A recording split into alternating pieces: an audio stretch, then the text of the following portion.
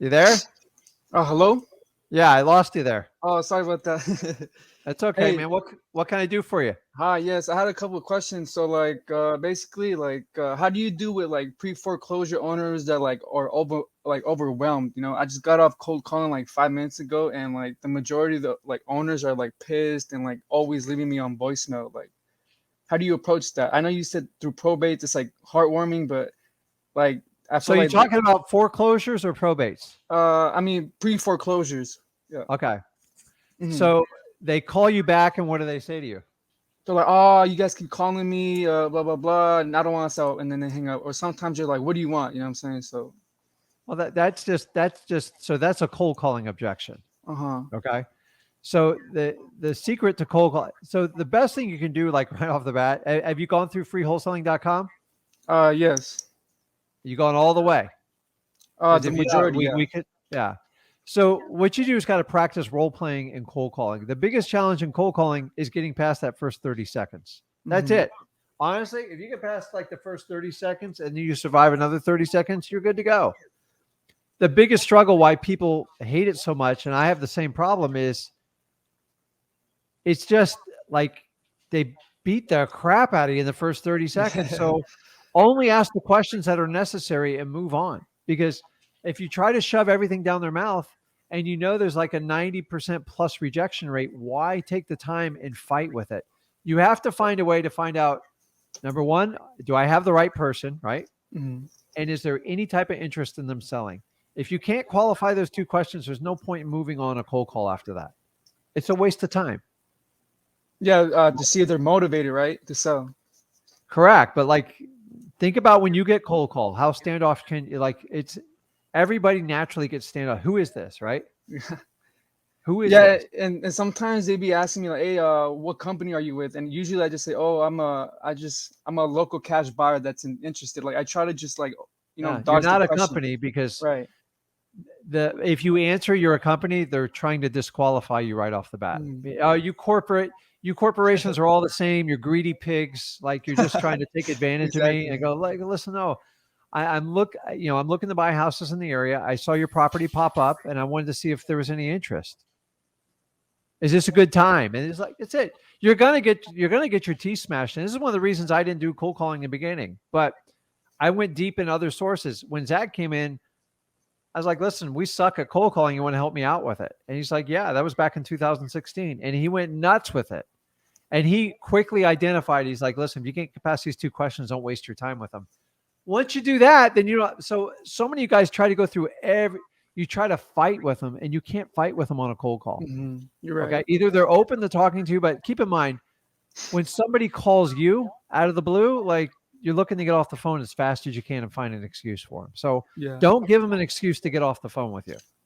Okay. But do you want to talk to someone that has no interest in selling their house? Like, no, what's the point? Move on. Yeah, just move So, on. Yeah, that's right. yeah, no, you're going to get it. That's the norm.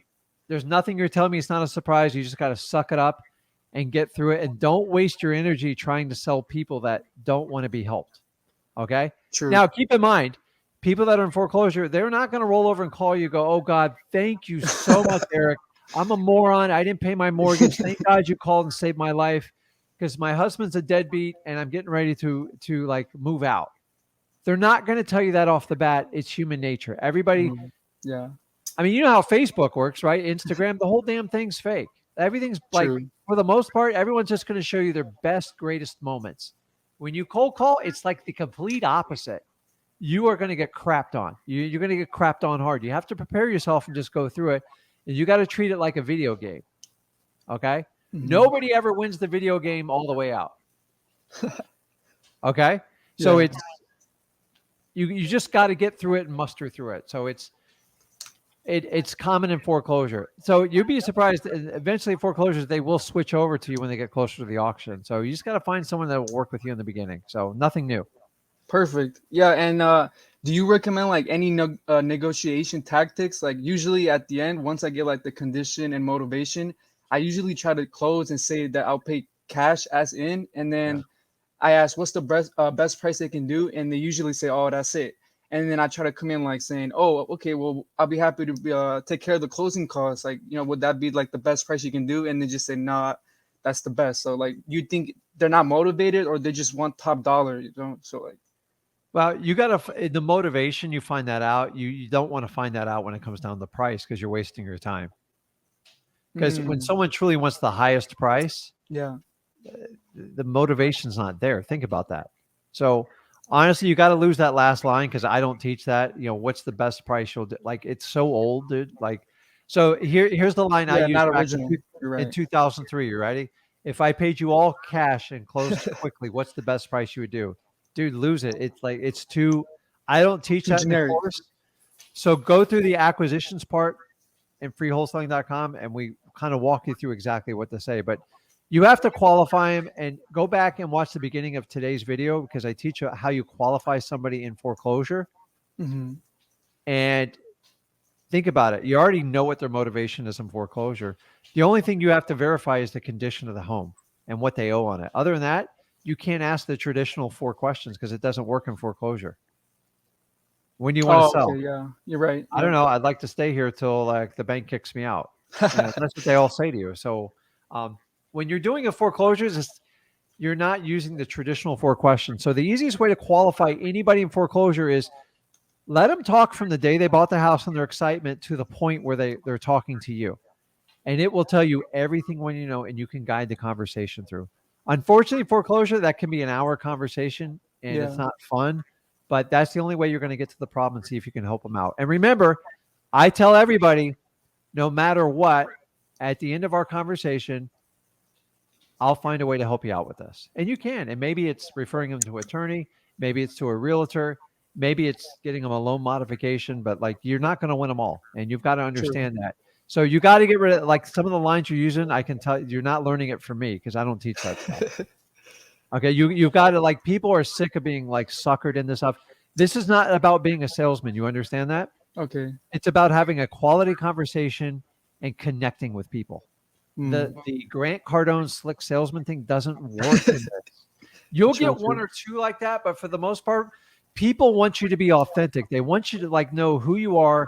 And if you're going to be fake around them and give them like BS lines, it's never It's going to not work. gonna work. You're right. So that's my suggestion to you.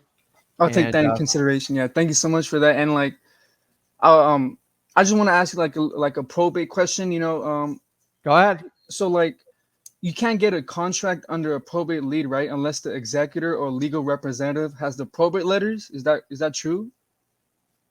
Do you know You what I'm just need talking? to connect with the PR, the personal Uh-huh. representative or the executor, depending on what state you're in. Mm-hmm. They have the legal authority to enter into a contract with the property. That's your goal when you're dealing with somebody in foreclosure. I mean, in probate. Okay. In probate. Because once you have that, now you have some control. You basically have a legally binding contract and a lawyer can't push you out. Okay, but some people don't have full authority. Is that true? Like, that some need to go to court. It needs to be through court, right? So, So the authority is granted when they petition the courts to be right. the PR. So Hmm. without getting it, like I'm not a lawyer, I'm not here. What state are you in? I'm like in one of the worst markets. I'm in SoCal, California, LA. Okay. Yeah. Um, so the best thing you would do is talk to like a local title company and just kind of walk them through the process because I don't know every detail about California and just get familiar with the process. But like you just need to know who has the authority to enter into the contract. That's all you care about. Like get to that one and then you can solve the next step of it. Okay.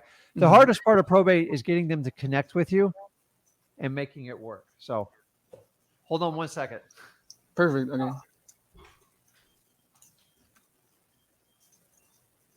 I would just focus on finding a way to connect with the person that can legally enter in the contract, and you got to find out how to do that. Ah, okay. I see what you mean. Yeah. Yeah, because you're like going down a lot of wormholes there. I'm like, so talk to a title company because an attorney's going to charge you an arm and a leg, like to ask those types of questions. So work with the title company first, and then kind of go from there. You just need someone with authority to sign the contract. Obviously, the deceased person can't do it, Hmm. so you need to reach out to the person that's in charge of the probate, which is going to be the PR. Okay. Okay. Perfect. Yeah. Thank you so much, Rick, and I want to appreciate you for doing everything. And Zach too. So Okay. Cool. thanks Okay. a lot. Awesome. Okay, All right. You man. have See ya.